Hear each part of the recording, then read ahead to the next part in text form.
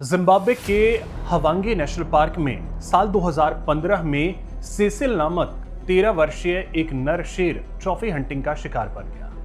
यह शेर एक अध्ययन जानवर था जिसे ऑक्सफोर्ड विश्वविद्यालय द्वारा ट्रैक किया जा रहा था।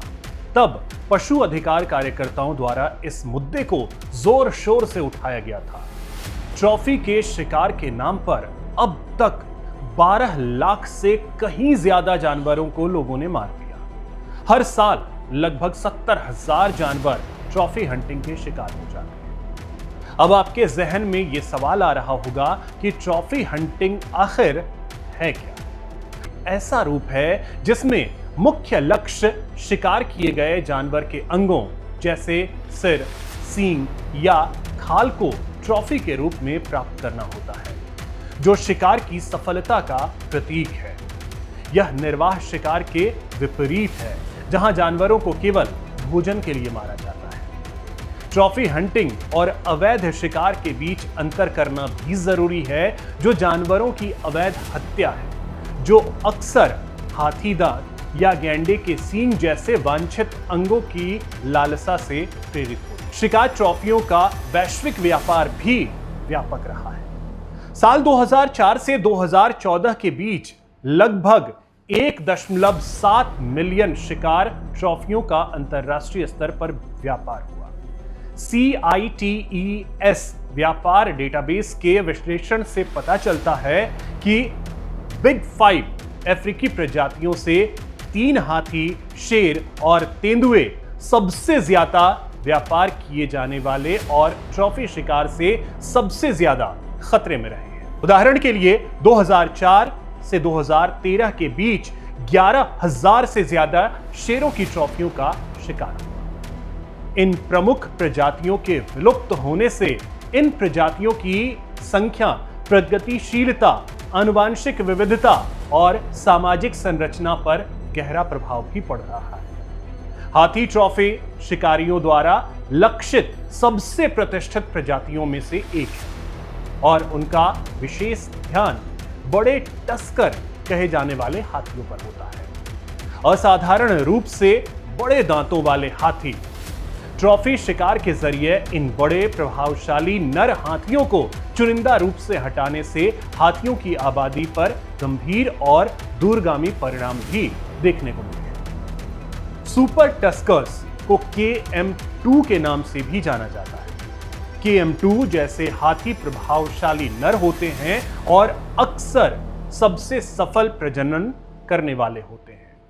ये सूखे, शिकारियों और मानवीय खतरों सहित कई चुनौतियों का सामना कर चुके हैं और उनकी आनुवंशिक योग्यता आने वाली पीढ़ियों को भी विरासत में मिली है। संतानों के एक बड़े हिस्से का पिता बनकर ये आबादी की आनुवंशिक शक्ति और समग्र स्वास्थ्य सुनिश्चित करने में मदद करते हैं। KM2 वास्तव में अफ्रीका के प्रतिष्ठित सुपर टस्कर्स में से एक हैं और यह भावी पीढ़ियों को महत्वपूर्ण जीन प्रदान करेगा। हालांकि जब ट्रॉफी शिकार के जरिए इन प्रमुख प्रजातियों को हटा दिया जाता है तो परिणाम भयावह हो सकते हैं। हाथियों की सामाजिक संरचना जटिल होती है, जहां वृद्ध नर अक्सर युवा नरों का नेतृत्व करने और उन्हें स्थिर रखने में महत्वपूर्ण भूमिका निभाते हैं। इन अनुभवी नरों के चले जाने से युवा नरों में आक्रामकता और अस्थिरता बढ़ सकती है। साथ ही बड़े दांत वाले हाथियों को चुनिंदा रूप से हटाने से आनुवंशिक विविधता पर प्रतिकूल प्रभाव भी पड़ता है। समय के साथ इससे बड़े दांत वाले आनुवंशिक लक्षणों वाले हाथियों की संख्या में कमी आ सकती है। आपको बता दें कि ट्रॉफी शिकार के पक्ष में भी तर्क दिए जाते हैं। ट्रॉफी शिकार के समर्थकों का तर्क है कि यह स्थानीय समुदायों को वन्य जीवों की रक्षा के लिए वित्तीय प्रोत्साहन प्रदान करके संरक्षण में योगदान दे सकता है। जिन क्षेत्रों में वन्य जीवों का कोई आर्थिक मूल्य नहीं है, वहां समुदाय जीविका चलाने के लिए अवैध शिकार या आवास विनाश का सहारा ले सकते हैं। वास्तव में गणित को नजरअंदाज करना भी मुश्किल है। तंजानिया के रुआहा के पास 3 गांवों में शोधकर्ताओं ने 18 महीने की अवधि में 35 बड़े मांसाहारी जानवरों की हत्या दर्ज की। इनमें 500 किलोमीटर से भी छोटे क्षेत्र में एक साल के भीतर मारे गए 25 शेर शामिल थे। इसके विपरीत ट्रॉफी शिकार क्षेत्रों में प्रति 1000 किलोमीटर क्षेत्र में केवल 0.5 शेरों का अनुशंसित कोटा है। अगर साधारण भाषा में कहें तो उन क्षेत्रों में शेरों को मारने की दर जहां उनका कोई आर्थिक मूल्य नहीं है, विनियमित ट्रॉफी शिकार के तहत अनुमत दर से कम 100 गुना अधिक। हालांकि केनिया का मामला एक आकर्षक विकल्प प्रस्तुत करता है। शिकार पर प्रतिबंध लगाने और सतत पर्यटन पर ध्यान केंद्रित करने के बाद से केनिया ने संरक्षण और आर्थिक विकास का सफल एकीकरण भी देखा है। भूमि के बड़े क्षेत्र संरक्षित हैं और समुदायों को पर्यटन से होने वाले धन का लाभ भी मिल रहा है, और वह भी बिना वन्य जीवों को मारे। अंबोसेली क्षेत्र में हाथियों का एक समूह अक्सर केनिया और तंजानिया के बीच आवागमन करता है।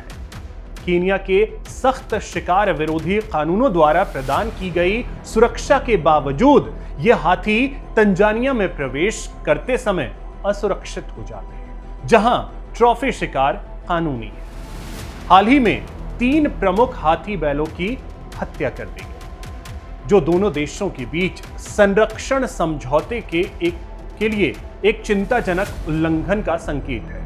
यह घटना सीमा पार संरक्षण प्रयासों की अनिश्चित प्रकृति और ट्रॉफी शिकार से उत्पन्न संभावित खतरों को उजागर करती है। ट्रॉफी शिकार एक विवादास्पद विषय बना हुआ है, जिस पर दोनों पक्षों के अपने अपने तर्क हैं। हालांकि साक्ष्य बताते हैं कि वन्यजीव आबादी पर, विशेष रूप से संकटग्रस्त प्रजातियों पर इसके नकारात्मक प्रभाव संभावित लाभों से कहीं अधिक है। ट्रॉफी हंटिंग की बात भारत के परिप्रेक्ष्य में अगर करें तो भारत में सदियों से शिकार खेलने की परंपरा रही है।